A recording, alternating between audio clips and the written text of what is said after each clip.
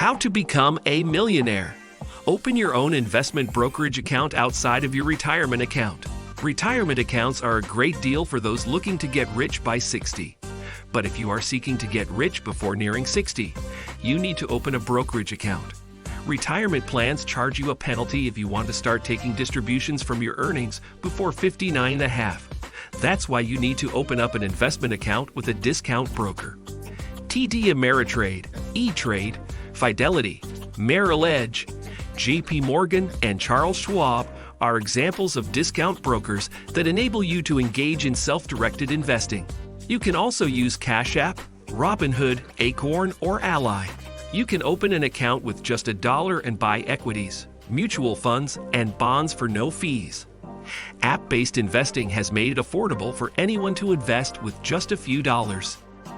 Brokerage accounts offer greater liquidity than retirement accounts.